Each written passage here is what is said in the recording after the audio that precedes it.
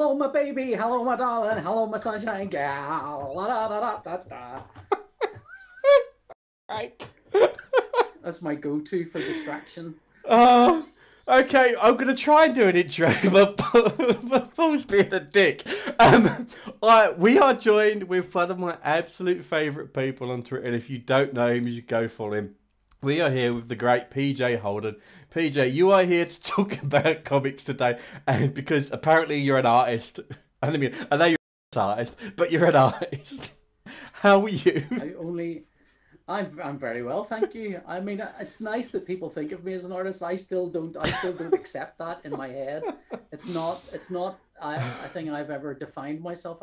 I'm a person who draws, and I happen to draw comics, and they happen to pay me for it. I think it's a difficult thing for me to accept, because I think I started working when I was about 14 in a computer place.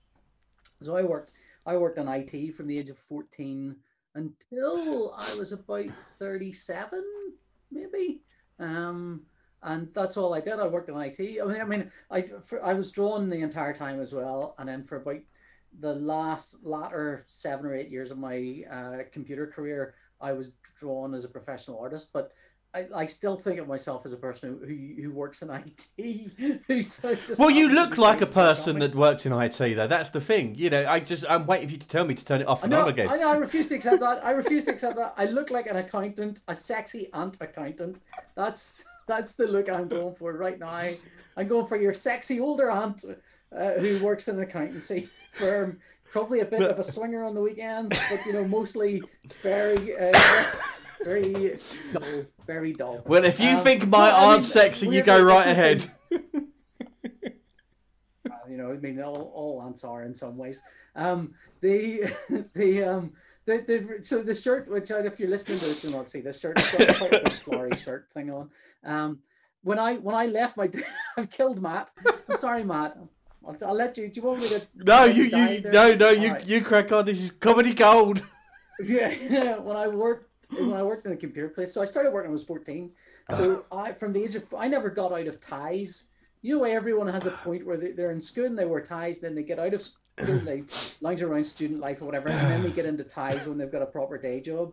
I never got out of ties. When I was 14, I was wearing a tie in work and a tie at school. And then, so when I left school, I was still wearing ties. So when I left my day job, it was like, whoa, can I swear? Swearing allowed? You could swear. I will bleep it out, but you can swear what you want. I don't want to. You know. It's neither big nor clever. Like it is. No. So I what do you call it? Once I got out of my day job, I was like, saw this, and I went straight to t-shirts, and everything was t-shirts.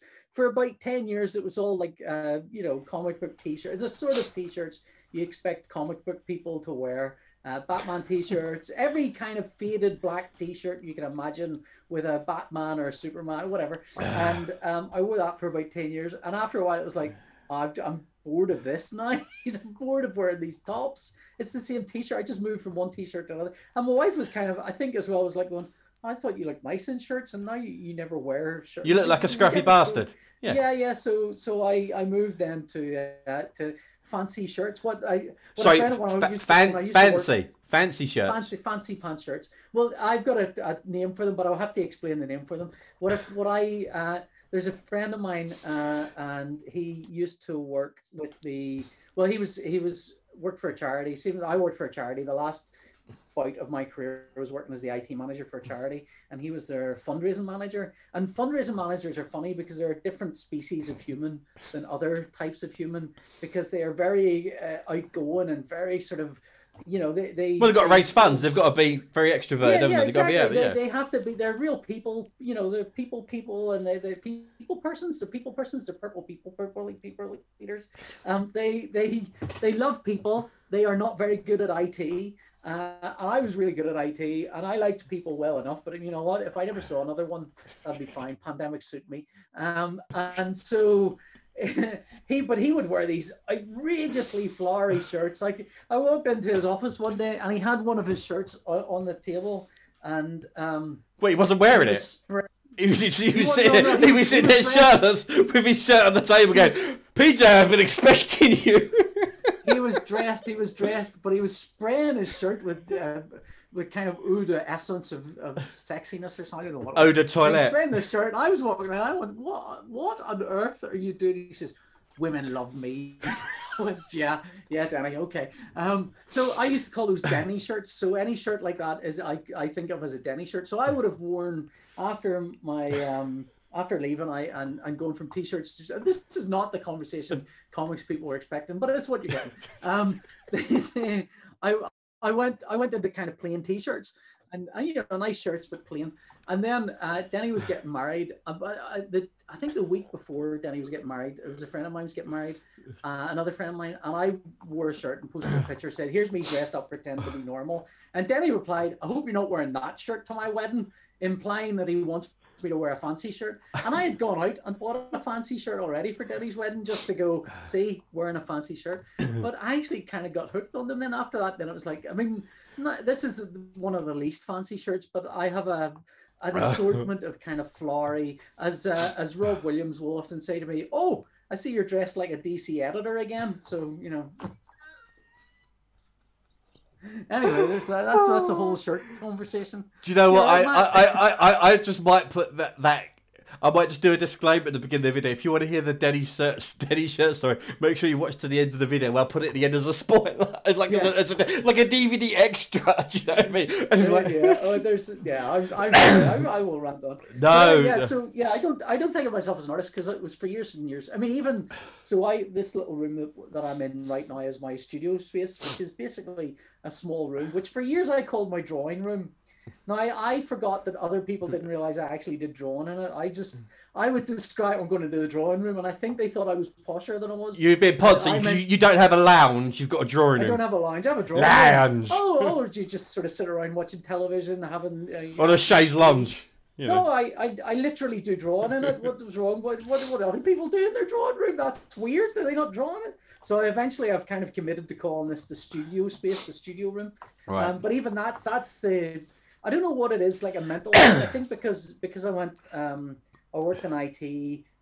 Everything was there's the whole kind of separation between arts and technology stuff. The whole thing of STEM, science, technology, engineering, maths is like separate from the arts. It's insane that it's separate from the arts because I think they're quite heavily linked, really. But for a lot of people, are separate from the arts. And in my brain, there's a very clear kind of arts, science, and so for years and years and years I worked in IT, and science was the part of me that kind of, I wouldn't say looked down on art, definitely not looked down on the idea of being an artist, but definitely thought of it as I'm not that. Well, it's different ends of the spectrum, isn't it? You've got creativity and you've got science. Do you know what I mean? And then like the never the twain shall meet. There's a lot of creativity, and there's a lot of creativity in science, and there's a lot of logic in art, and this kind of artificial separation of them is something that's relatively new. I mean, 200 years ago, there wouldn't have been that separation, but now there is. And it's purely because I think one of the things humans are very, very good at is specialization. And what they do is they funnel kids into these specialist subjects and make them specialize, and they stop becoming sort of general knowledge people. I mean, Isaac Newton would have considered the arts and science to be one and the same, and religion one the same with all of that. Whereas now would people go, oh, well, you're clearly a left brain thinker and they're clearly a right brain thinker, and those two things just do not link up whatsoever. But like, really good software programming is kind of artistic and it's kind of magical as well. And so I don't. But to me, when someone says artist, I just imagine someone walking around barefoot in a garret, and I can't think of anything less kind of, it makes me more hinky. You've been to more Comic Cons than me. You must have seen someone walking around in bare feet. Absolutely. But I always think, I don't really think of comic artists as artists. We're sort of commercial illustrators. We work to deadlines. We produce work. It's got to be good, and you try your best to make it look pretty. But we're not sitting going, what wistful thing shall I think of drawing now, and then do it, and then go, I shall now sell this after I'm dead, because that's not going to get you fed. So there you go. So obviously you worked in IT to, you say, 37? Did you say? No, it was about 37. So yeah, about 37, 38. And how do you know if you don't? You're 50. Okay, gives us a scale. But you're drawing that whole time. So how did you go from being an IT bod to, you know, one of the biggest names in British comics. One of the biggest names. You are, though. You are. All Come the on. letters in my middle name, that helps me expand out the size of my name. You are. You're one of my favourite artists. And for those of you that don't know PJ's work, Thank you very much. you've done stuff like Number Crunch. You've worked for 2000D. You've done Judge Dredd. You've done so many cover stuff like that. You've worked with people like Garth, Ennis. So you are a name. Yeah. So come on, a bit of flattery gets me everywhere. But one of the things which I think is funny about that is, and it's always a danger if you take that stuff and you kind of think, I am a name. I should. I mean, whether you're a name or not, like, do you have the power to get a project off the ground? That's the big tell of whether someone's a real name. Can you get a project from stop to go just by the power of your name? And I cannot do that. I cannot do that at all. So, I mean, I can barely even get on the projects I get, but I have been working nonstop for the past 20 years in comics. So that's a goal I can look at and say, yeah, that's something I could definitely do. And it's because you're a talented man. You're a talented man. You're not only you're a talented man, but you're a really nice bloke as well. And like you said, like, you're constantly hitting your deadlines. And what I've been told by, they're the three things you need to work in comics. You've got to have those three things. You've got to be nice, because otherwise people want to work for you. You've got to have some talent, otherwise you can't do the work. And you've got to be able to hit your deadlines, because if you hit your deadline, you're no good to anyone. So you're a professional guy. Yeah, good. Easy to get on with or fast. Now, I can occasionally be good. So, I mean, I'll take that. Sometimes I'm good. Sometimes I'm less good. Sometimes I'm more good. Oh, it's fishing for sympathy. No. I'm going to do that. I'm trying not to. And I can usually, 9 times out of 10, I can meet my deadlines or exceed them. So that's, that's pretty good. Occasionally I'll miss a deadline, but that's very rare. And then the final thing is, I am easy to get on with up to a point. And that point is when you've spent longer with me than you need to. And then my PJ's a very funny guy becomes, Jesus, he is tiring. He is exhausting. I need to escape. It's like I'm looking into a living mirror. It's like I'm looking into a living mirror. It's the look I see on my wife's face every night. She goes, oh, God. Go to your studio and draw something. Just get out of my way. Yeah. Oh yeah, we've had that sometimes where I've decided, you know what, like Annette will go to bed at about 9 or 10 o'clock at night, and she's like practically living a farmer's life. She'll get up at 6 o'clock in the morning, go to bed at 9, and I'm living a city boy artist's life, going to bed at 1, getting up at 9, 10. So there's like a 4-hour window where we see each other, which is probably what's kept our marriage alive. And occasionally, not often. Ships in the night. Yeah. Occasionally I'll go to bed early and she'll go, what are you doing? I couldn't decide to go to bed early. Oh, you're really putting me off now. You really disturb me. I can't settle if you're in the bed. I cannot settle if you're That's exactly it. She's used to go to bed and it's empty. Although at the moment Annette's having to self-isolate because the friend of ours, as she was out with, walking with, it turns out to have COVID. So now Annette has to self-isolate, which is kind of tough in a small flat. I mean, it didn't used to be small, but we've got 2 boys now, who've both hit puberty. So it's like living with 2 dockers. It'll be, Daddy, can you get me a sandwich? I go, you're like 12. Why? You should be able to get a sandwich on your own. So I'm really worried I'm killing you. And the thing is, I know my wife's downstairs and she's probably trying to get the baby to have a nap. And she's I'm gonna get a text message going, "Could you keep it down?" Keep it down. I know. I get that all the time. Oh, dear. I'm crying with laughter. Anyway, this is my funny half hour. Yeah, what was I saying? What was it? How did you get from IT to drawing comics to comics? Well, I was never not drawing comics. Worked. When I grew up, genuinely, when I was 14 years old, I've told this story a few times, so forgive me if you've heard it before. But when I was 14, and I was kind of, I wouldn't say I was particularly mature. I would say that I haven't changed an awful lot in 50 odd years. So the level of maturity I am now is the same level of maturity I was at 14. So don't think the way I tell the story, you sound incredibly mature for 14, because the answer to that is yes, and I never changed.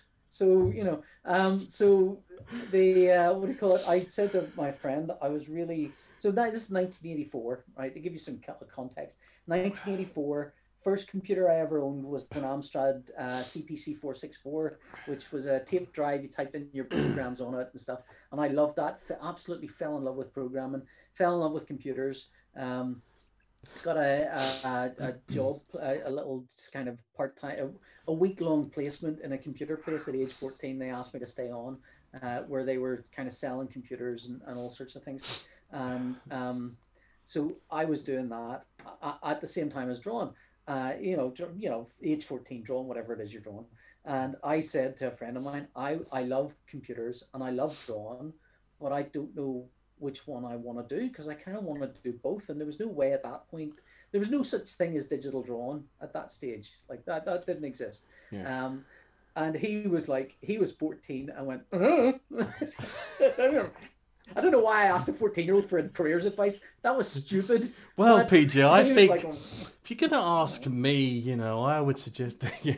Yeah, it wasn't a good idea. And then when I asked my careers advisor, like, you know, the careers advisor, like, who goes to a careers advisor, and they go, yeah, your career, I really want to be a careers advisor when I grow up. But I asked them, and they said, it's brave of you to take drinks.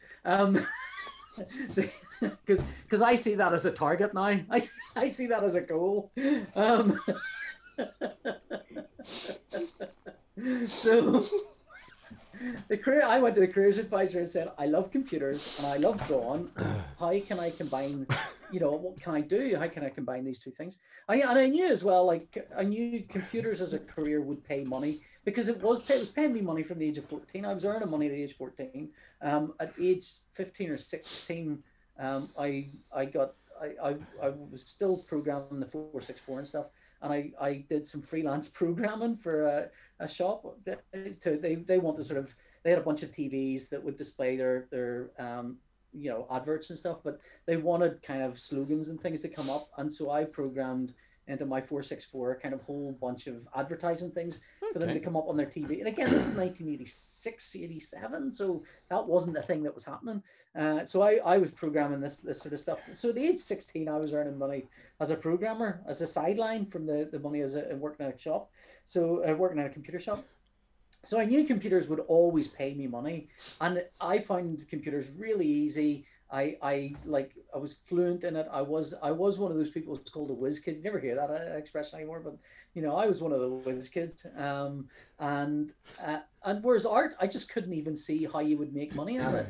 And then whenever I talked to and sort of found out what I could about art, it turned out there was almost no way to make money unless you die first. So that would sort of puts things in perspective, doesn't it?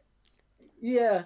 What little information I had about comics drawing would be, I'll warn you now, I did a YouTube video once where I was showing people how to use Clip Studio. It's really informative, useful video, and I coughed a couple of times because I had a bad cough. 2 or 3 complaints about the coughing. It was so rude of you to cough, as if I was chatting to them and coughing at the same time. But anyway, just to let you know, all the information I had about how to draw comics came from maybe a 2000 AD annual that talked about how to draw Judge Dredd. It was very hard to get information about how to become a comic artist, and hence so the I channel. had no real idea about it. Yeah, well, yeah. I mean, and there was no internet again. There was no kind of way to reach anyone. And you are old, aren't you? I think at that time there was. I am pretty old, yeah. 50 is not, like, I'll hear something about, and a man today was murdered at age 50, and you're thinking, well, he had a good long life at least. I mean, that's something to, Jesus, that's my age. So it's like, but I can't, but you know, he lived longer. So there's something about when other people are 50, it sounds like it's a lot older than when I go, I'm 50, but it's not a real number, you know, it's not a real. You're still 14. We've established that. You may have the body of a 50-year-old, but you've got the mentalness of a 14-year-old. Of the body of a 3 50-year-olds. I've got the hair of a 20-year-old. That's something. I've still got the exact same hair, no different. I can't do that. So. Yeah, I mean, my careers advisor basically went, do technical drawing. That's drawing cogs and cams, shafts and stuff. Design it's work, like isn't there was no, you know, Now, to be fair, computers probably did come into technical drawing long before they came into kind of a traditional drawing. But and then I think I sort of stopped drawing for a little while, worked in computers till I was about 18 or something. Saw a sign, and I mean literally a sign. I saw a sign for a new comic shop in Belfast, and I kind of went along to that. It was a shop run by John McCrae. I was going to say, was it John's Fred shop? Collier. Yeah. Yeah, it was John's shop, and so the poster was by John. It was like, and the thing, I did a wee piece for his John's comic thing that he did, his Kickstarter thing, because he posted that poster up, and I hadn't seen it since I was about 18 or 19, and I was like, whoa, straight back to being 18 years old, straight back to seeing that artwork for the first time. That's it. Yeah, it's a beautiful book. It's beautiful. And genuinely, like, when I think I'd moved away from comics when I was about 13 or 14. And I mean, this is the thing, when you're 50, a year or two sounds like no time at all. But when you're 13 or 14, a year or two seems like forever. So it felt like forever since I'd seen any black and white comic artwork, and anything that even looked like black and white comic artwork. And I saw this thing, and it was like, what is that? That is like, and it's like hypnotic, and just, it felt like, I described it in John's book as kind of, I think I described it as, it's, even though the world was in full color and it was black and white, it felt like the reverse. It felt like the world became a kind of dull, drab gray, and I saw this poster, and it glowed, and it inspired you, like multicolored. Yeah, I mean, it was but it was unusual to see it and beautiful to see it. And then I kind of thought, well, I mean, there's a comic shop, I'll go to the comic shop. And I went there, I met John and Fred, and John, who was kind of trying to get a career going at that stage. And I was kind of going, oh, I used to draw. You're one of them comic shop patrons. Oh, I can draw. Yeah, well. Oh, I'm write comics. I mean, I had sort of done it, but I kind of stopped. And so I started, can I show you some artwork? And he went, yeah, bring it in. So I started doing some sketches and bring them in. They kind of critique them, and they were not. I mean, they were literally sketches. I should have been drawing comics, but they were literally sketches. But at the same time, I was kind of, John and I became friends, and I started working there. I'd work there on a Monday because although I was still working in the computer shop, they closed on a Monday, weirdly, because this was, again, so long ago. You probably don't remember this. There was a stage in city centres where, this is true in Belfast, I think it's probably true in most town centres, where they would have closed on a Monday, or closed late on a Wednesday or something. They kept odd hours. There was like whole days of the week their town would just close, and that would be it. Just not opening today. We've just decided. Well, I was said the other day, it's like we was going out on a Sunday, and I was like, I used to remember when I was a kid, like the shops never used to be open on a Sunday. Like, literally. Yeah, well, they're still not here. They're open here in Belfast. They open at 1 o'clock on a Sunday. Uh-huh. So, but that was after, I think that was probably a relatively recent thing. But yeah, it was nuts. Like whole days would be closed for town. Crazy. But anyway, I'd work in their comic shop on a Monday. That was my day off in the computer place. I'd work there on a Monday, and then John and I became friends, and I'd hang out with John. I'd go to his house, and I'd sit drawing while he was drawing, and I would, I think before he got the job with Crisis, I remember distinctly he asked me to script something from one of the comics, so that was on the shelves that I'd write a script for him, and he would draw that script, so he didn't look at the artwork, so he wasn't influenced by it. And then of course he started working for Crisis, and I would go up to his house, and he would be painting pages while I would be pretending to draw, and we listened to Kate Bush VHS videos. So it was a good life, it was a good life. It was a good start. And then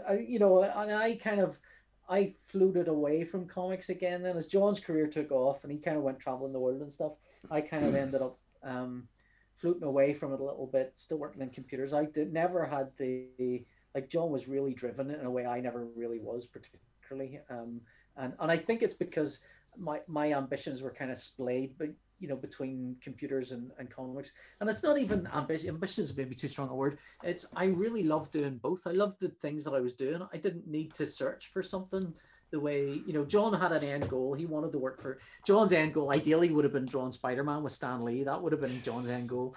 My end goal might have been, I don't know, you know, might have been just going, oh, I like working at computers and I like drawing. I'm doing both those things. I don't need the money. I don't need, because I've got plenty of money working at computers. I don't, you know, the drawing's fun, sitting here drawing. You know, you're more drawing for the fun aspect of it because you love it and you enjoy it. Yeah, John's well, just laser focused for he wants a career. He wanted, you know, his career to take off, and it has. Yeah, you know, he's a huge name, isn't he? So I suspect one was holding the other one back. Both of them were holding each other back. So I could never go off and do comics full time because I had computers, and I could never really kind of fully engage with a career in IT because I had drawn. So they were both both those things were sort of, and which meant though that I was always at this equilibrium where I think a lot of people maybe working in a day job in IT or whatever it is would come and go, I hate this, I want to write, why am I not a writer or an artist, I hate this job. And I was coming going, I really love my job, I might even sit and doodle now, you know. So it was never really a problem. When I turned 30 though, I think, I mean, having floated in and out of drawing stuff and having done some small press stuff that never really did a lot of it, I think around 97 or 98, and a friend of mine, well, he would become a friend of mine, a guy called Stuart Crofts Perkins, who was going under the pseudonym of W.R. Logan, was advertising looking for art for a 2000 AD fanzine in about 96, I think. It must have been 97, something like that. I know my wife and I were together, so it's after 95. And I know it was before I was working for 2000 AD, so it's before 2000, so it's somewhere in that period. Okay. And the thing is, that's a 5-year period.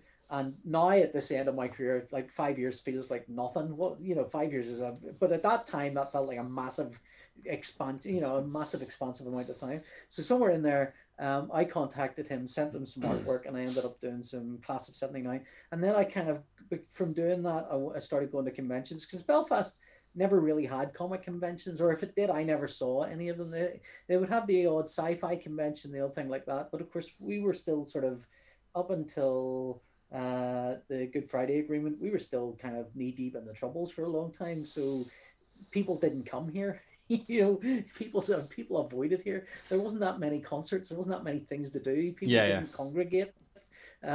So if you wanted to go to a comic convention, you would sort off to England.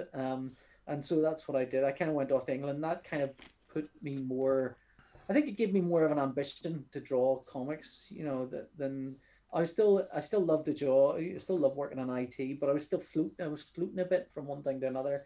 I never had I didn't harbor ambitions to work for myself as an IT, you know, which at that point you could have done. You could have gone freelance, earned an absolute fortune. I was going to say, yeah. I like programming. But I never threw myself into it enough to become a programmer. So I was always the guy that you'd go, oh, while you're doing that IT support, do you think you could do a bit of code? And I'd go, yeah, I could do that. So I was a kind of a jack of all trades, master of none, really, which was good at a certain level in IT. But after that, it's hard to progress. You know, you either need to have management aspirations or you need to be super focused on one thing, I think, in IT. But that wasn't me. And then in 2000 or 1999, I saw a job advert for an IT manager for a charity. And it was basically, if I'd written the job description, it couldn't have applied to me better. It was perfect, and it was part-time, and it paid about $1,000 or $2,000 less than the money I was on in the full-time job I was on. But it was half the hours. So you could take the drop, and it gives you that free time to go out and do your art and stuff like that. Yeah. And so I took that job, and the job was to start in the year 2000. So of course that was the Y2K bug, which, you know, everyone's dead worried about it. I'm going, well, I'm switching jobs. I'm too young to remember that. Well, you're lucky. It's terrible. I'm 39. Post-apocalyptic. Yeah. So I ended up working on my first in 2000, because the other thing about the year 2000, of course, is like from being a kid when I was reading 2000 AD to the year 2000 was like, oh, I'm going to be 30 in the year 2000. That's far away. And that's really far away. And then, of course, as 1999 comes up and you're going, well, I've been doing this fanzine stuff and the year 2000 has come up. I should really, if I want to work for 2000 AD, I'm turning 30. I should get my finger out and really apply myself. And I was knuckling down to really apply hard. And as it happened, I didn't have to apply. Like, I turned up the first comic convention 2000 AD had ever done, I think. And showed my stuff to Andy Diggle, and he went, "Oh yeah, I've seen some of your stuff online. So yeah, you're getting better. I'll give you some work." So I didn't try as hard as I needed to, and it was almost instant. And so I'd taken the job. That had all happened. It felt weirdly like, wow, this is it now. It's easy to break into comics. What's everyone moaning about? Do you know what I mean? I just, Yeah, that was the weird. I was like going, why have I shouldn't have sat back on my arse. This is dead easy. And the same, I think it was the same year. The year after as well, there was a message, sort of message boards were a big thing. News groups were a big thing rather, and news groups were kind of the forerunner to things like, so you'd had news groups which evolved into message boards, which evolved into social media, things like MySpace, which evolved into Twitter and things like that. So this is the kind of pre-evolution of all of those. So the writers and the editors would be on there, and Andy had seen, I was quite active on the news groups as well. And the thing is, what I've often found is that it's very easy to spot people who are going to become professionals in their career based on their interactions online. And you can tell that. So that's what I'm doing wrong, is it then? Well, I mean, I can't say there's a magic formula, but very often, the people that you spot are the people doing stuff and getting on and just doing things, and they're not the ones sort of. There are people, and that actually, to be honest, because I suspect I emailed you early doors when you were doing stuff kind of before the YouTube videos and stuff, but way back a while ago, I think I spotted you and I thought there's somebody who knows what they're doing and knows what they want to do, and it will become if not writing. Well, the thing is, it's like I remember, what do you call it? Declan Shalvey will tell you. I think I did Declan's first portfolio review apparently. Really? And Declan showed me his artwork, and again, it's that sense you get from someone. You can see their artwork and you can look at it and go, well, the art's not good enough or the story's not good enough. But you also look at the person and you think they are not going to do this. This is not within them to do this. And for some people, it's very clear that they're going to be disappointed by the whole thing because it's not this magical thing you think it is. It's not a unicorn, it's a job. I think people it's a job. They think it's yeah. They think it's the VIP room in the club with a guy with a velvet rope going, come on, and then everyone's just like you said, like you have to work hard for it. It's crazy. Yeah. Comics is hard. It's a job. And there is a sense, I think, that because there's a level of celebrity to it now,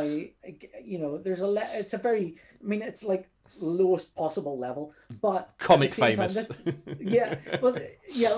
I called it when I was drawing comics and working. So I was working for 2000 AD, so I was doing that. I'd be invited to a comic convention, so I'd go to that every weekend, and I'd come home, and on Monday I'd go into work, and someone would say, "We need toner for the laser printer," and I used to, I would tell people, I would go.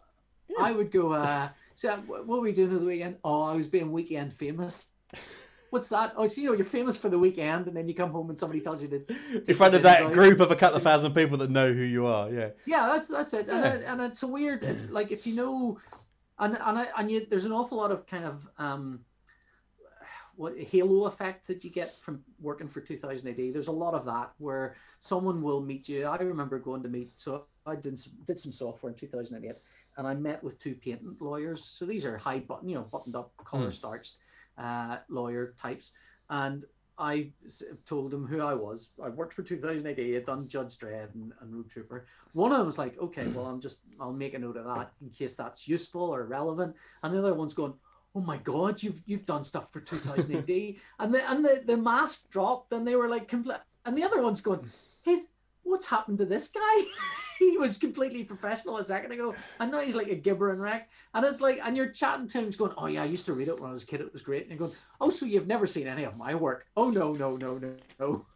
But No, it's never that seen what you do. it's that like it's that nostalgia thing. Like, oh, you do that? That's amazing. It's like, again, that's one of the reasons why I wanted to make this channel, because there's no Comic Cons this year, and I miss people coming up to me going, how do you do it? Because it's the moon to some people. They don't know the parts that go together, but it's mechanics. There's certain things you need to do to make a comic, and anyone can actually do it. You know, whether it's good or not is a different story. But you know, if you write it, and this is one of the reasons why I wanted to get people like you on, and Tom Muller on the last one.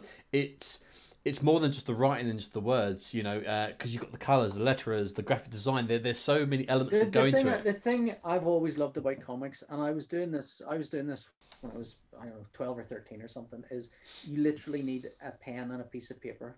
That's it. You don't even need a stapler.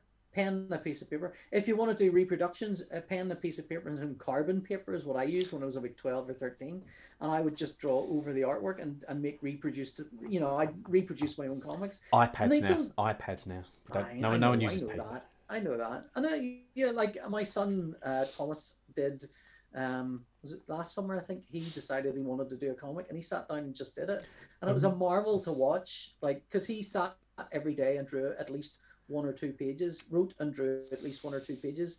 It's on my website. It's called Why Not, and it's brilliant. I will put a link into the description for you. It is actually genuinely properly funny. It's not like, oh, my son is such a genius. It is kind of like, a lot of it's very funny and would make you laugh out loud. But he did that, and then he did another one, and then he did another one, and he just sat down and did them. Now, I helped him by scanning those things in and lettering them so that they look like professional comics. You know, they don't look, because I think one of like, so your levels are pen and piece of paper. That's all, like literally all you need to make a comic.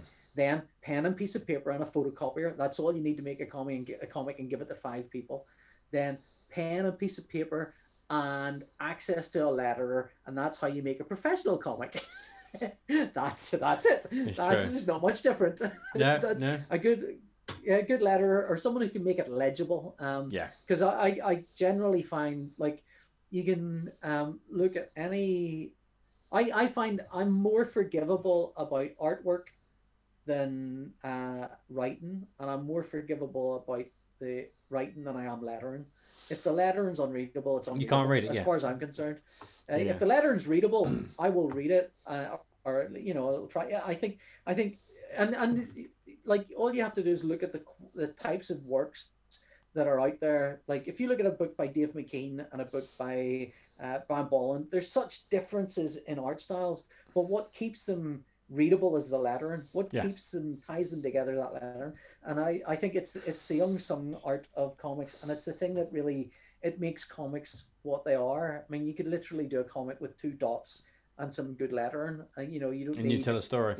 You can tell a story. And I think that's, so I mean, if you're kind of struggling to get your work further on, the trick is to pay attention to the letter. And I think, I mean, if your ambition is to be an artist, you know, be an artist, and if you want to make comics, make them with your friends. And if you want to make that stuff look better, you know, everyone get together and get a good letter. And the letter is not expensive to do, but you can either hire a cheap letterer, or you can do it yourself, and there's lots of good guidelines on it. My friend Jim Campbell. He got me lettering my own books on his blog, on his website. That's how I first started lettering. And my first lettering was absolutely shockingly bad, you know. But again, it's one of the things you have to practice. And I've told the story on the channel before, but I remember submitting a comic, you know, to a publisher, and the editor, she ripped me a new one about my lettering, and she was like, "The artwork's really good, the story's okay, but you sent me that. You're not getting it because of that.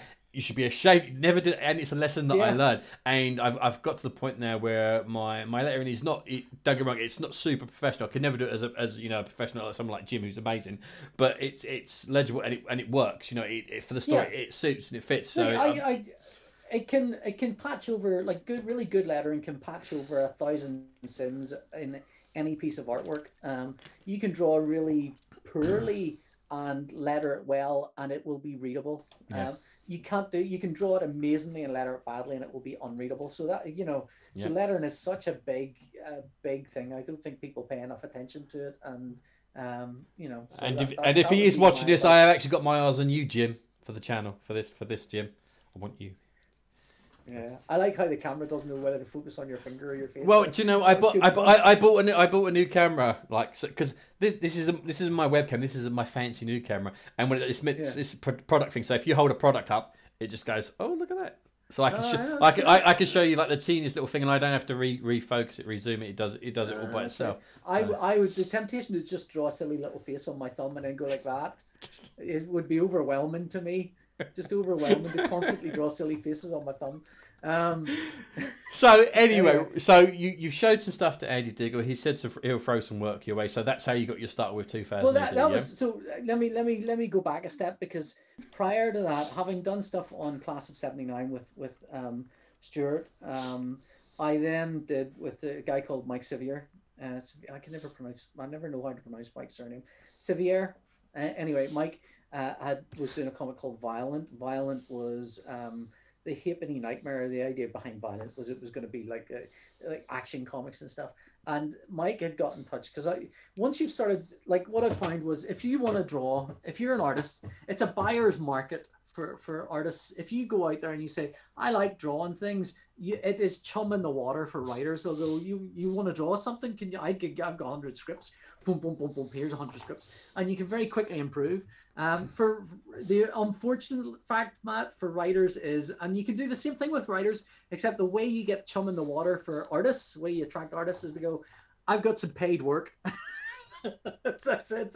and, so I get my collaborators to work with me, paid work, and you just see my inbox go. Yeah, I mean, like, as an artist, what you want to look for is, I mean, being paid is amazing, but being paid, should always pay your collaborators. Yeah, if you can. And I think as well. Not if you can. You should never work for free. Well, you should.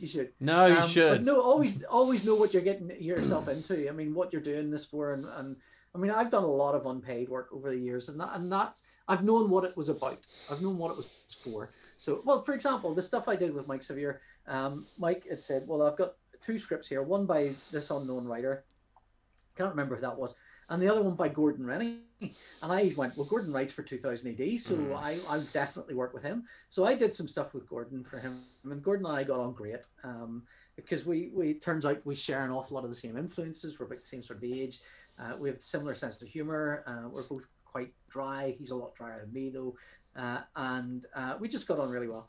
And when Andy kind of said to me, I'll give you some work, the danger is always that an editor goes, I'll give you some work. And as an artist, you go, I am done. That is whoop, whoop. I go home now and I just wait on the phone ringing, whoop, whoop, and the phone doesn't ring, because an editor goes home and goes, right, I've got a million things to do now. And then I've got a lot of work. I'll just, and you're forgotten about, it's gone. But because I'd done some stuff with Gordon, I emailed Gordon to say, Andy said he'd give me some work. Because Gordon had been slightly sort of nudging stuff under his nose for a little while as well of mine. And, he then emailed Andy and said, oh, well, he said to me, Gordon actually said to me, well, I've just finished a Dread, so I'll ask him if you can draw it. And that was it. And that was it. So you've come into the pinnacle of 2000 AD was Judge Dredd. Yeah. I mean, the thing is, that was probably not a good idea. Like a Future Shock would have been better, because it's the premiere thing. But I think I didn't. What a debut, though! What a debut! I know. But the thing was, I drew it 4 times, and I drew it, and Andy kind of went, "There's no deadline. Don't worry about it." So I tortured myself redrawn it, and very busy, lots of line work. I was kind of trying different styles, panicking, and then Andy kind of went, "Oh, I need this for this date." I went, "Okay," and so I drew it and I sent it to him. And I phoned him, what do you think? And he went, yeah, it's not the best Dread I've ever seen. And I went, and I think this was good. This was a good way to react. I went, okay, I'll redraw it. He went, well, you don't have to do that. I went, no, I want to redraw it. I says, because if you don't like it, Andy, I don't think you'd give me any more work. Whereas if I redraw it, at least you'll see that I'm, I really want this. This is not me going, I've shot my shot. This is, I'll go for it. So I redrew it. It was better, but not like substantially better. But at the same time, I think that the fact that I offered to redraw it, and that level of professionalism has impressed him. Do you know what? He's reliable. Well, I mean, you say professionalism, I say desperation, but that. And then the thing, I think then what helped me at my career after that was sort of, I did that with, I did that, and Andy gave me a few more little dribs and drabs of work. At the same time, I was on these news group things, and I posted about saying, at that point, Warhammer Monthly was a comic that was available, and it was published by Games Workshop. Yep. And it was the other game in town if you wanted to get some comic work published. And they did a black and white monthly comic that were short strips, 3-5 pages and stuff. And I had just, I'd done some Dread, and this is, wow, I've done some Dread. So I sent them a portfolio thing, and I posted on this thing, and they got back to me as soon as it arrived and said, "Oh yeah, we saw you were going waiting on this coming. We saw you saying about it." I went, "Okay, all right." And they went, "Yeah, we'll give you some work." And I was like, "What? All right." And it was like, "Oh, this is easy. This is all easy. This is." And I think at some point someone asked me, this was within a year, someone asked me to do a kids comic for the Toxic, which is a kids comic now. It used to be, there was a more adult Toxic thing when I was younger, but now there's like a kids comic Toxic. And I was asked to do a one page kids comic for that. And I was like, I've got 3 different jobs with 3 different publishers. I am done. I have made it. My first year was great in comics. Boom, that was it. And I thought, should give up my day job. And I thought, no, that would be stupid. Let's keep and see how we're going. The next year was the worst year I ever had as a freelancer. I lost one of the jobs altogether. I didn't get much work from 2000 AD. There was not that much work going around. And so you kind of find that's the arc of the career, is up and down. Peaks and valleys. Yeah. I mean, I've had a really good, solid, 3-year run. Starting with, I think this is the past 5 or 6 years. I had some work on, and then I went through a period where there was no work, and I was hoping, fingers crossed, there was another gig that might have come up, which was a war thing with Garth, which was World of Tanks. And this had been sort of nominally on the schedule, but it hadn't really come up. And it was like, God, if this comes up, I'll be fine. Everything will be good. And, but it hadn't come up, and it was like, I need to start thinking about whether I need a proper day job again, because I cannot do it. And then as it turned out, that job came up, and then since then I've been I did that was about 6 or 7 months worth of work, but paid really well.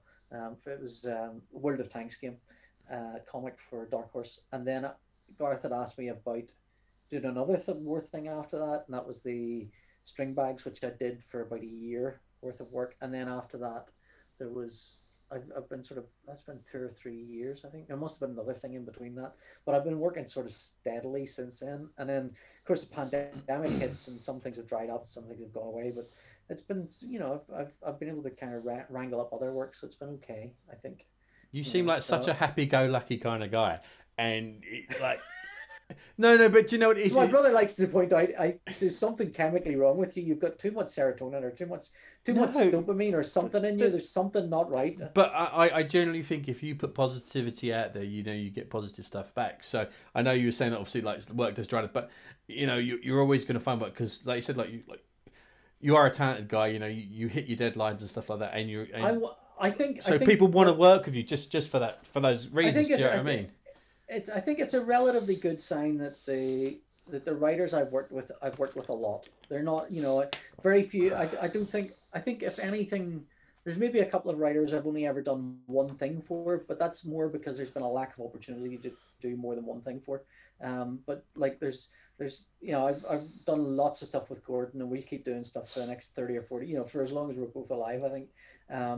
Garth will always ask me to do something if there's the right project, and Rob Williams and I, for example, we talk often, and we're always trying to get something going, but we can never quite manage it. But this is what I mean about there's an image book somewhere. Yeah. There's an image book in there somewhere. Do you know what I mean? It's just right place, right time. Yeah, I mean, there's a lot of practicalities about it. There's a lot of stuff that you kind of go, I want to do. I mean, I'm sure, have you watched Mank? Have you seen Mank? Not yet. No, it's on my to watch, because I've had a solid busy couple of weeks trying to with the channel and bits. But there's a documentary on Netflix about Orson Welles making. See it, yeah. The other great film, the John Huston one, isn't it? That never gets off the ground. But you can, if Orson Welles can't walk in and get a film made, you know, it's that sometimes the factors that allow you to get projects off the ground are nothing to do with you. You know, and they're completely other out of factors. your hands. Other factors. It's why and, you know, it's right place, right time. A lot of time. That's what I say to people. Like you know, when you pitch stuff to publishers, you know, it's business, it's not personal. It doesn't mean the comic you do is bad. It just might not fit in their overall vision for the next 12 to 18 months. There's definitely there's a level where you're just not good enough for whatever it is you're trying to get to. But so you know, you keep working and you keep working, and then there's a point where you're good enough to do whatever it is you're asking to do.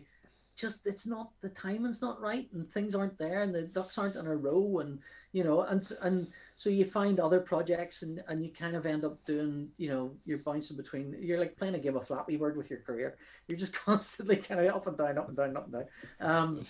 I mean, it's one of the things that, but the harsh reality of comics is that there are not that many jobs out there. There's a lot more people than there is work. Of course there is. It's not.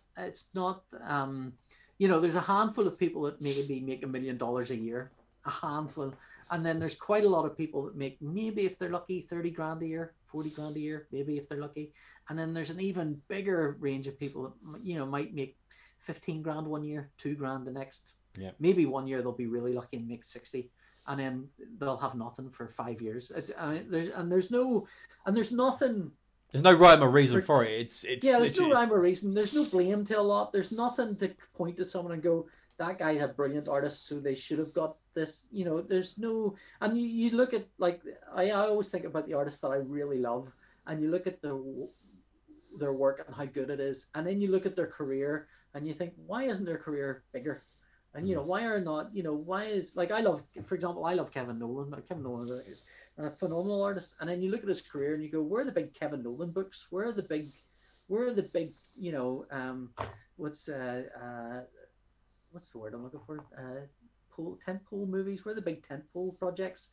The ones that you look at someone's career and you go, there's the defining works. The defining works. Yeah, those big defining works. And you realize not everyone has those. I mean, my career, I've had a 20-year professional career.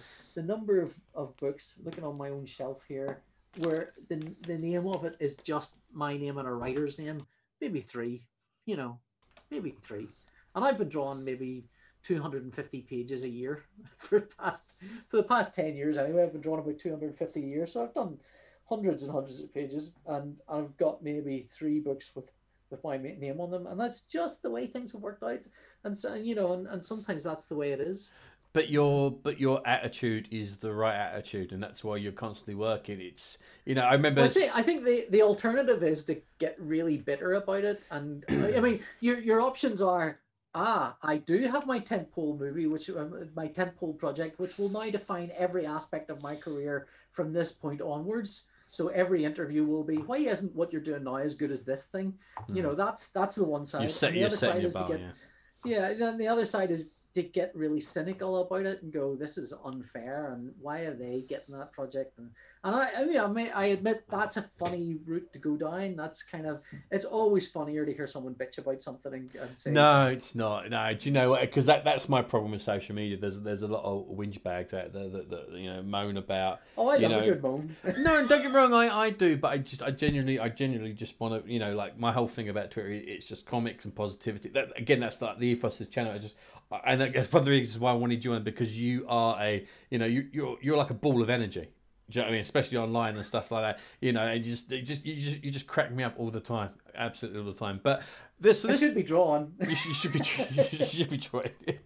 I've gone like this past. I've had a couple of projects on the go.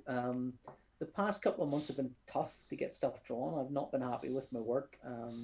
It is difficult, and you wake up and you know, every line is like Harry Potter's pen scratching itself on your arm. It's not a pleasant experience, and you just think, is this worth it? And then I finished one job. So these are jobs where someone's gone, just whenever, and then you go, okay, I'll change this, and then you kind of you that's your downfall. You need a deadline to push you so you get it done.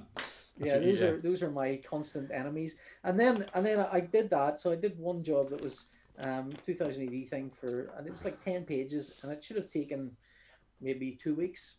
Instead, there was no deadline. So 2 months later, I just putting the finishing touches to it and going, I don't like anything I've drawn here. I mean, I've managed to eke it out, and it probably, hopefully it looks okay, and hopefully no one will judge me for it, adversely. But you have to get stuff finished, otherwise you don't get paid. That's all artists do. I mean, I want to pick you guys up and shake you half the time because you're so critical about your own work. Well, let me finish my thought. Thought was that, let me get a word in edgeways. No, sort off. This is my show. It's my. It's not always about you, Matt. My thought was the next thing. So I went back to a thing that I was in the middle of, which I hadn't finished yet, and I'd started that prior to the 2000 AD thing. And so I went back to finish this, and I was like, oh, I don't have long. I've got to get this done because it's got to be done for the end of December. A week to do 12 pages, and they're all really good. So, and I'm like looking at it going, I'm actually really happy with how this is all turned out. These look really nice. So, and the truth is that I know, like sometimes you'll get lost in the weeds in your artwork, and you'll start thinking to yourself, trust the process, Paul. It'll look all right by the end. You might think it looks rubbish now. By the finish of this, it will look okay. By the time it's colored, it'll look great. By the time it's lettered, no one will care. And then when it comes out in the comic, it's there for a week. So, don't worry, don't torture yourself. Make it look as good as you can, but don't torture yourself if you have to let something go because it's not perfect, because perfect is the enemy of done. So let's not worry about that. Well, once you've done perfect, you're never going to beat it again. So nothing, you never. Well, I mean, I've done drawings sometimes where I've done it and went, that's a high water mark. I'm never doing that again. And they sit there for, I did a painting. I started, I never used to really I never painted. And because when I was at school doing art up to O level, which was a prior thing to GCSEs, they used to have O levels, and I failed my art O level, and so that was me in art done. And then all I was ever interested in was black and white line art. Even at school, I wanted a teacher to show me how to use a dip pen, because I knew that's what comics were drawn, and no one would show me how to use it. I didn't even know how to use it. I didn't know what the hole in the nib was for or anything. I didn't know what you're supposed to do, what the kind of ink was, or anything about that.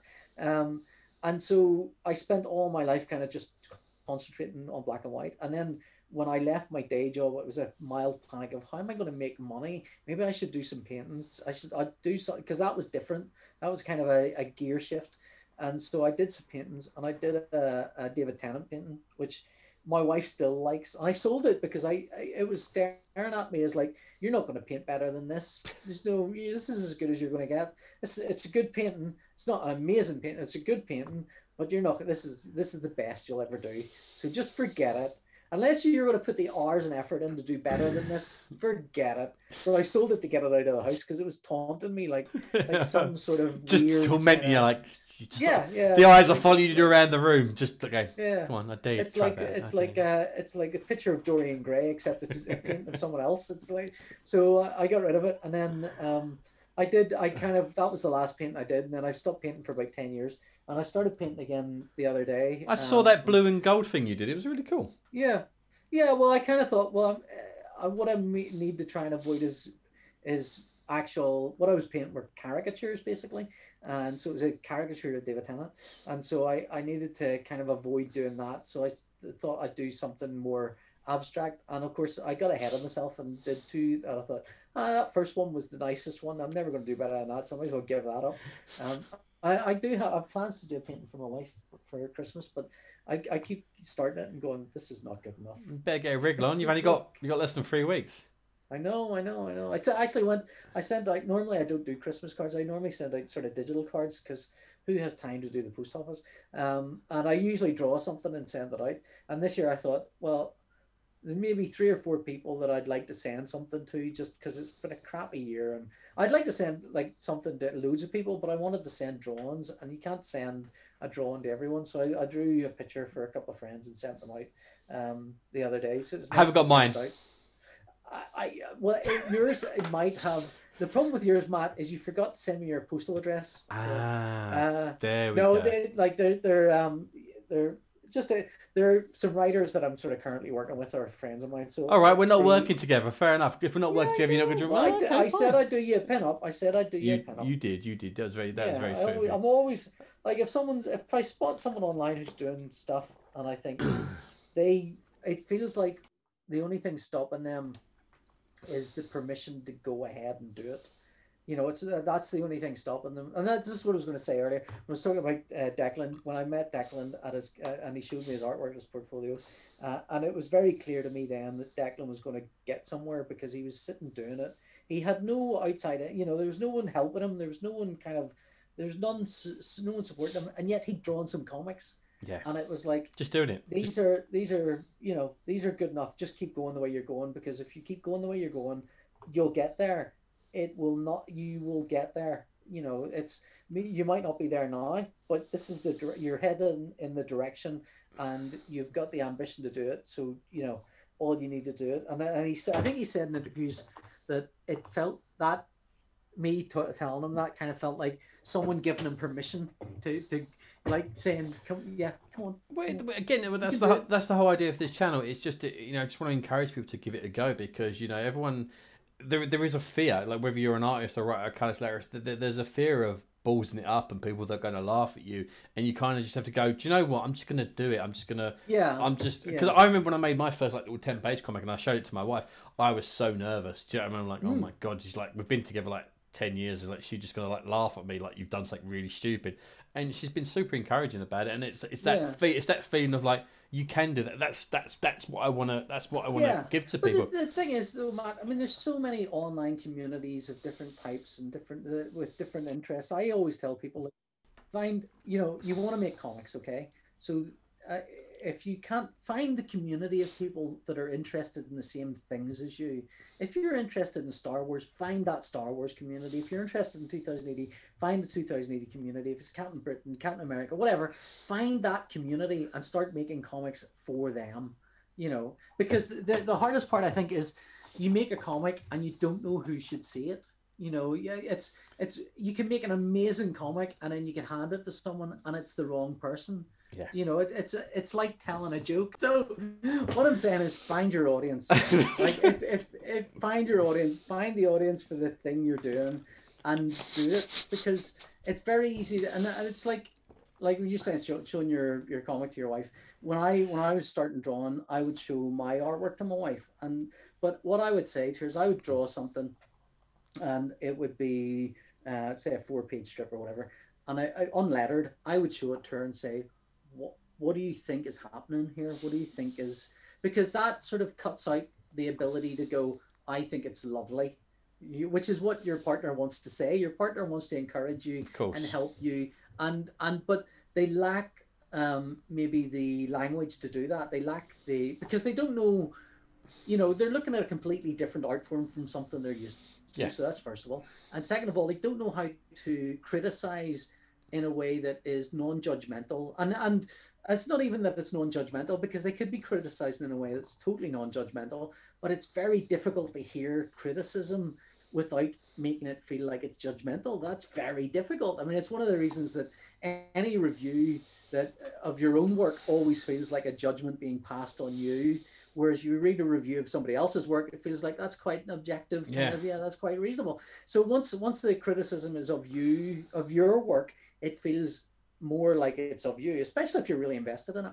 So you show your partner and you say, what do you think? And your partner wants to go encourage you and go, I think that's amazing. That's lovely. That's really great. Or they go, I don't think it's very good, because they can't articulate what it is about it that's very good or not. Whereas you show them, and this really purely applies to drawing, like scripting is a different thing altogether, but purely applies to drawing. If you show them the artwork without script and you say, what's happening here? Would you tell me what you think is supposed to happen? And they go, right, okay, so there's 2 people standing on a balcony, and then that person has gone over to get a drink, and then they've handed, is that someone else they've handed a drink to? And is there 3 people there now?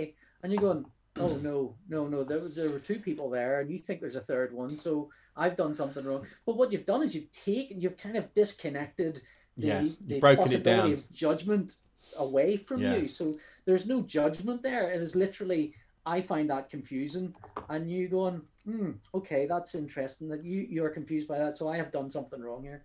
And they're not saying, because the alternative for them to go, that's, or that's amazing, or I don't know what's going on here. You've really confused me. And that becomes like, oh, well, how have I really confused you? You're an idiot. You just don't know what I'm trying to do. Yeah, so this is art. Come on. Yeah. So, but the onus is really on you as the person looking for criticism to allow that other person to help you. Yeah. And if you're dealing with people that are not into artwork, then it's easier to ask them to explain what they think is happening than to ask them what they think is wrong with it. Because if you ask them what they think is wrong with it, you're going to get, I mean, it's similar to if you go to another artist, and I'm always wary of this. If someone asks me, what do you know, how can I improve this artwork? There's always a danger that the help that you think you're offering boils down to this is how I would do it. And that is not useful. That is not useful to someone else, because you don't want to turn them into you. They're not going to go away and go, how would PJ do it for this other page now? How would PJ do it for this page? What you want them to be able to do is to kind of, you want to give them the tools to look at the work and know for themselves where it's weaker, or know for themselves how it could be made stronger. You want to give them the tools to go, keeping the same artwork, how can I make the storytelling better? Because storytelling's easier. I think storytelling is one of those things that is easier to improve, to help someone improve, than it is to help them improve the artwork. Like, do whatever you want in the artwork. I can make your storytelling sing. If you use clip art, I'll make that storytelling work. And I'll, and if you can do that, then it doesn't matter that much about your artwork. Not in comics, I mean, these are comics. These are not pieces you'll put on a wall. At some point, someone will put them on a wall, and that'll be great. But these are not for the wall. These are for you to read and understand the story and go through. There we go. That was a very sober, serious. That was super serious. Drugs have worn off. But that kind of circles me back to something I've been trying to get you to talk about for the last at least 50 minutes. At least 50 minutes. So let's talk about process. So say Rob or Garth has sent you a script. From your point of view, when you get a script, is it full script, or is it like more of a Marvel method? Is it quite loose? Is it quite tight? And how do you work it in? How do you break it down? How do you decipher what you've been given as a script? Well, it's generally the same no matter who writes the scripts, because it's the same process pretty much. I will take a script and I'll read it a first pass, and that will be just me largely reading dialogue and skimming reading the panel descriptions, because I'm reading it as a reader. I want to read it as a how do the dialogue work, and what's the story about. I'm trying to figure out what it's about first of all. I don't necessarily want to kind of go away and come back and go, this is this story about things. It's all about aliens, isn't it? They're going, there's no aliens. Then why do you think it's about aliens, you weirdo? So you want to read it first, read it to enjoy it, and read it, see what, and then I'll sit down. Once I've done that read, I'll do a second read, and this read will be more about blocking out what's happening. So this will be people often compare comics to cinema, and I think it's closer to theater. I think the how you, like, for example, in theater you do blocking, so you do the same thing in cinema, but you've got a camera to play around with, but that moves all the time. But in theater, your camera never moves. Your audience is sitting there in that one position. So yeah, there. So every time you've got once you block for theater, that's the blocking you're going to use. And when you're blocking for a comic panel, that's the blocking you're moving for that one panel. And for those of you who don't know what blocking is, it's how you set up. So if you were watching a film or a play and you've got 3 people on the stage at the same time, it's where they're standing. They'll always have a little X on the floor where they're standing, so they're all in shot, all in panel. Blocking in comics is the exact same thing. You're putting the characters in that panel of how you show everyone you need to show. Yeah, there's some very super specific rules about blocking in comics. One of them is that your first, people talk from left to right, and that's to allow the letterer to do their job and to make sure the storytelling is rather than crossing over towels and stuff like that, which is a no-no. And you can see that in cinema as well, where you can see characters enter screen left and leave screen right. That's a fairly common thing, and in theater it's almost identical as well. We read left to right, so everything tends to flow easier left to right when you're doing comics. So that first job with a thumbnail, where you're drawing just a kind of small version of the page, thumbnail size, is to kind of figure out, well, who's talking first, where are they standing, what's important, what's not important, what is there a thing that needs to be in this scene as well I need to show? Is there a, you know, do I later on in the story someone pulls a gun, so I've got to show that gun somewhere nice and early in the story. Sometimes the writer will specify we definitely need to see the gun on the table at this point. Sometimes they'll not specify and it'll be the gun's taken out of a holster. So but they'll generally describe, you know, the guy's wearing a gun on his holster, and we will see this later. And so you kind of think to yourself, well, maybe I should emphasize that gun in a holster here. Maybe I'll put them close to the reader in a silhouette, so we get a nice silhouette of the gun, but it's not so obvious for the reader that what I'm trying to say is gun, gun, gun. Yeah, you know, it's very subtle. It's in, and this is something that I covered in my mistakes video, which I actually name dropped you in that video, because this was something that you mentioned about. You know, if someone's carrying a laptop on page 12, you know, you got to make sure. Do I need to show that earlier on in the story, because it can't just magically appear? So, you know, I mean, you know what you're talking about. Yeah, there's in theater, and again, I always go to theater. In theater, there's a thing called Chekhov's gun, which is if you're going to use a gun in the third act of a play, you've got to make sure to show it in the first act of the play. There's an opposite of that as well, which is if you show the gun in the first act of the play, you'd better bloody use a gun in the third act. You cannot just show a gun. You know, everything's there for a reason. Yeah, it's all going to be there for a reason. I mean, it does. You do find yourself watching films sometimes and you go, why are they weirdly lingering on that bottle? You know, why is the focus on it's very odd that this character's walked in with a bleeding nose for no apparent reason.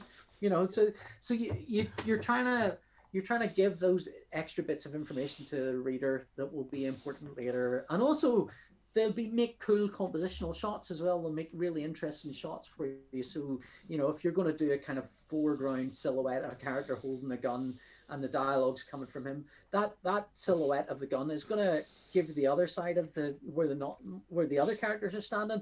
That's just a really dynamic, interesting shot instantly. You know, you get that for free just because you've done that heavy silhouette in the foreground. So there's a lot of little tricks and stuff. So the first job was to kind of start figuring out where the people are, how many panels are on the page. Is there 5 or 6 or 3 or whatever? You know, which of these panels has the most dialogue, because that will imply either it's got to be a really big panel because you've got to fit a lot of dialogue in, or the characters are going to have to be really small in it because you've got to fit a lot of dialogue in. So, or you've got to figure out some other trick that you're going to do that is going to help.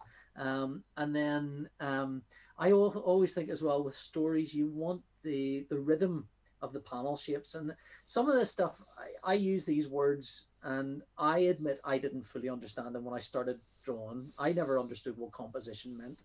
It was baffling to me. I'd read a lot of stuff about composition, and then they'd show you triangles and circles and stuff. And I go, I don't get it. What's with composition? And it's kind of like, if you imagine every panel is a rectangle, it's the composition is how things are placed inside that rectangle in a way that's interesting, but also doesn't feel like it's weird or odd. Right? Sometimes you want it to feel weird and odd, in which case that's when you use those tricks. Sometimes you want to feel nice and balanced, so you're looking to put sort of enough black and white on the panel in a way that it feels kind of balanced and not like ghost-like. So, for example, I find a lot of uncolored artwork that's designed for coloring but hasn't been colored can look very empty. You know, because it's got no solid blacks in it, can look very empty. And artwork that's been designed for black and white tends to have a lot of heavy blacks in it, and it looks better. It looks heavier somehow. But a lot of this stuff is not. You know, this is where it isn't really sciencey and is more of an art. You know, it's just figuring out all these things. So yeah, and I do think that a story with, I mean, especially short stories, you've got a beginning, middle, and end. Your beginning panels tend to take a certain kind of shape because you're usually after some sort of establishing shot. You want to bring a reader into a story, and you do that. Sometimes like some of the tricks I'll use will be literally to have say the first panel of the page, I'll bleed that off the page so it feels like a camera's coming down. It feels like the reader's literally entered the page from that panel. Okay. That's one way of doing that. And you know, you might have a big establishing shot, and then you'll kind of, a close up of something, and out, and you'll have established all the people, all the things that are important, and then you'll get on with your story. Then your story will, so you're always trying to kind of make the panels do the job of telling a story, but also keep the reader interested. So you don't have, if you imagine panel shapes and sizes as taps, like I don't know if you'll hear this, like clapping. Can hear that. Yeah, so you can hear that. So you don't want this, which would be equivalent of exactly the same panel shape all the way through. You want something like this. Yeah, because you're dealing with the pace. You're pacing the story. Yeah, you want a rhythm. You want a different rhythm. So you're always trying to kind of break up your panel shapes. I mean, have a look at some books and kind of draw out the panel shape. That's one of the things I did when I was a lot younger. Is I'd look at a comic that I liked and start draw out the panel borders on their own, like thumbnails of the panel borders with nothing in them, because those are part and parcel of the language of comics.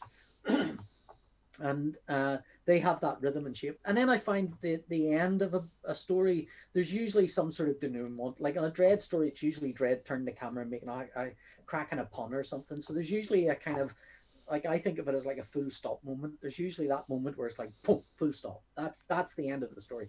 And that panel has usually got a certain shape or heft to it. And sometimes you'll have a little epilogue, a little kind of tale after that, which has its own beginning, middle, and end. But usually that's kind of, there's a shape to those things.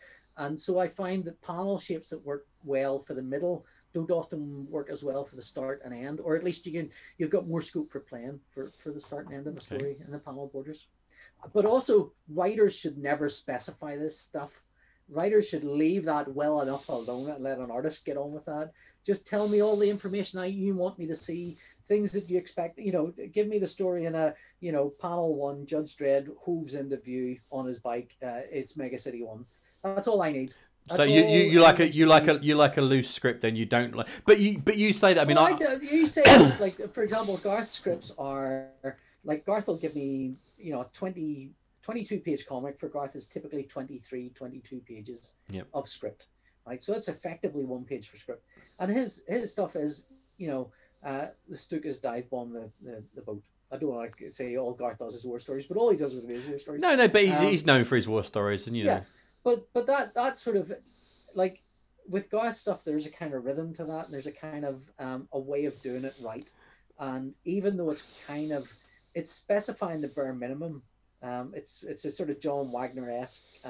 John Wagner will typically write Dread, Grim. That's your panel description. That's it. Yeah. Now you could go to town and add all sorts of stuff, but really, I mean, all of it is just. That's the important thing. Dread, Grim. Yeah. So but sometimes that is about how you frame that scene around it. Sometimes it's about how, like, Dread Grim could mean, for example, we see a close up of Dread's face looking grim. Right, just a big grim chin, and that's fairly typical. That's the way to go. Another way of going could be like an entire kind of scene around Dread and a full solitary figure of Dread on his own, obviously isolated from everything else and obviously at odds with everything else, because maybe he's in full silhouette while everything around him is kind of nuts, and that also is Dread Grim. They're and it could be just the silhouette of Dread's chin. A side profile of Dread's chin, all in silhouette, Dread Grim. That also works, and they all work in different contexts. They all work depending on what's come before and what's going after. So there's a kind of, there's a looseness to it, but that looseness allows you to paint a whole picture. It's not about one panel. It's about the overall story, and it's about how you lead up to these things and what you leave out and so on. So I always think for a writer, like, the job of a writer, I think, is to tell the artist the story, and then the job of the artist is to tell the reader the story. And it's like you've been watching my videos where I was saying, look, I'm not telling the audience story. I know the story. My job is to inspire the artist to bring that story to life. Yeah. Because the readers are not ever going to see that story. The only person that sees it is the artist and maybe an editor. That's it. Yeah. So. Well, the readers are definitely. It's like I know what I'm doing. Well, does anyone know? I mean, that's the thing. The readers are always going to read your dialogue, so your dialogue is very important to get that right. And an artist will often, once I've done my pass where I've done thumbnails, I will then start drawing. I'll start penciling, and what I'll often do is read the dialogue to get facial expressions and tweak things and so on. And then I will pencil that, and then I'll ink it. And then once I've inked it, I'll do a read pass where I'll basically go through the script, reading it with dialogue, going, oh, no, that face should be more like this or that. And then I'll send that to the editor, and that's usually it. So that's my process. It's fairly simple. It leans, it's not fast particularly, but there are aspects of it. So for example, thumbnails and layouts, I can only do that. I cannot listen to music. I mean, I might be able to listen to some light music, incidental music low down, but I can't think. That's, to me, the toughest stage is doing thumbnails. Really? But that's your brain processing it. That's your brain processing the story. So it can't absorb anything else. You're doing it. That's where you're kind of taking written stuff and turn it into pictures. That's where the magic's happens, where you're taking that description and trying to visualize it. So that's your all aspects of your brain firing at once. Then the next step, the penciling process, I can usually listen to stuff. Not a problem listening to stuff. And depending on how well my thumbnails, how tight my thumbnails are, sometimes they're tighter than other times. Sometimes I'll have expressions. Sometimes there'll be little balls for heads. That's all. I will pencil that up listening to music or listening to podcasts or something. Typically, I even like silence when I'm doing that. And then when I'm inking is just throw something on TV and watch it, because that's just fun then. That's the downhill aspect of it. That's where you've got all the way up, now you whee. So that's the process, and that's how I divide up my brain power. So that's the PJ process of how he does his work. That is absolutely fantastic. Which I do all of that totally naked, of course. Of course, or dressed like your aunt, your sexy aunt, as we discussed in the first 5 minutes of us talking. I'm very aware of time, and I know you've got another call in a little while, and I'm sure you must need a potty break and stuff like that. I just want to say absolutely thank you so much for doing today. I really do appreciate it. Where can people find you online? Okay, let me plug all the things I've Plug. Let's start with my Twitter. I'm at Paul J Holden, which if you've got here, you've probably seen that already. Yep. I'm on, my website is pauljholden.com. I not on Facebook anymore. I've done the Dread story for the 2000 AD Christmas special, which will be coming out soon. And I have got a graphic novel called String Bags out. If you want to buy that for your friends and family, that's good. Through which publisher is that from? That's from a publisher called Dead Reckoning. They basically just do war books. It's written by Garth. It's 160 pages. It's a good big hefty hardback. It's lovely, and it's a really great story. It's like a perfect Christmas war movie kind of story thing. So it's a good one for a man of a certain age, I think, or a woman of a certain age too, or a reader of a certain age, of a certain age, and any. I don't want to say men and women, also non-binary people and everyone. It's anyone who likes war stuff. So there's that, and I've helped out on a board game called Prisma Arena. Prisma Arena is like essentially, you get these little standee figures you can then customize with sticker costumes, which I've helped do, and you battle each other, and it's kind of kid friendly because you're not trying to kill the other person. What you're trying to do is knock them out, like you're playing like Laser Quest or something. Right. Okay. And they, as they skill up, as those characters skill up, they're able to do different things, and they can combo. So you've got very basic moves like movement or puncher or blast, but you can then have these combo cards that let you kind of combine extra things, so you can move and then blast and then move again and then blast and do these kind of tricks all around the board and stuff. So it's good fun, and I think it's about 35 quid or something, but it'll play 2 to 4 players. So I've been playing it with Thomas, and he loves it. He really does. He loves kind of customizing the figures, and it's available from Hub Games. Send me a link and I'll put it in the description. Yeah, and people pick that up. So and you should be able to get it before Christmas, I think, if you're buying it now. Well, this is going out in January, so all this is pointless. I'm joking. Oh, is it? Oh, it's a good post-Christmas. It's a great post-Christmas present to spend your pocket money on. So I think that's everything. I have a lot of stuff coming up in 2000 AD in the year, so there's more Chimsky on the way. There's more Department K on the way, That's Brilliant. it. There's a lot of stuff. That's you plugged. And so if you don't follow PJ on Twitter, do, because if you think he's funny on here, you should on there. He's absolutely hilarious, and he always posts his art as well, which you always should look out for. So thank you so much for that, dude. And remember, guys, if any questions, stick them in the comments, and we'll pass them on to PJ, or we might have to get him back on. Like and subscribe. Like and subscribe. Like and subscribe. Press the link. Like and subscribe. You know that's going to be on Twitter later. just do a link to my Twitter. Like and subscribe. I mean, I've basically stolen that from Alan Buxton's music stuff. That he does. So thank you very much for your time, sir. It's always a pleasure. Never a chore. Hopefully we can get you back on again, because you are the gift that keeps on giving, and it's been an absolute pleasure. Yeah. You're welcome. Thanks. Bye. Thank you. Thanks. Bye.